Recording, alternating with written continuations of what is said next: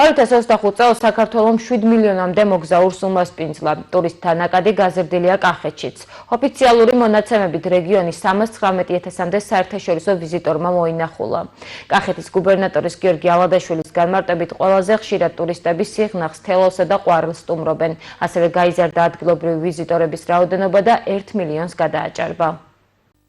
ჩვენს რეგიონს პირველი 3 კვარტლის მონაცემებით სტუმრობდა 318,400 საერთაშორისო ვიზიტორი. აღსანიშნავია, რომ იგივე კვარტლების წინა წელთან შედარებით საერთაშორისო ვიზიტორების ზრდა შეინიშნება 3.1%-ით, რაც ბუნებრივია დადებითად აისახება ჩვენს რეგიონზე. აქედან საერთაშორისო ვიზიტორების წილი მუნიციპალიტეტებზე შემდეგნაირად ნაწილდება.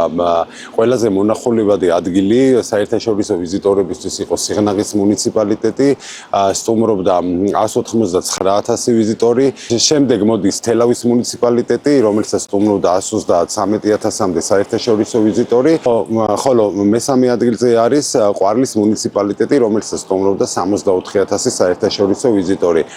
აღსანიშნავია, რომ საერთაშორისო ვიზიტორების ზრდასთან ერთად პირველი 3 კვარტლის მონაცემებით ასევე გაზრდილია ადგილობრივი ვიზიტორების ხვედრითი წილი კახეთის რეგიონში.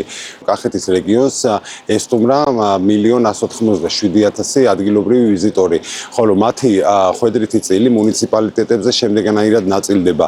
ყველაზე მონახულებადი ადგილი იყო თელავის მუნიციპალიტეტი, მოინახულა 322,000 ადგილობრივმა ვიზიტორმა, შემდეგ მოდის გურჯაანის მუნიციპალიტეტი, რომელსაც ესტუმრა 286,000 ადგილობრივი ვიზიტორი, ხოლო მესამე ადგილზე არის ლაგოდეხის მუნიციპალიტეტი, რომელსაც ესტუმრა 127,000 ადგილობრივი ვიზიტორი. შემოდგომა კახეთის რეგიონისთვის არის მეტად აქტუალური პერიოდი.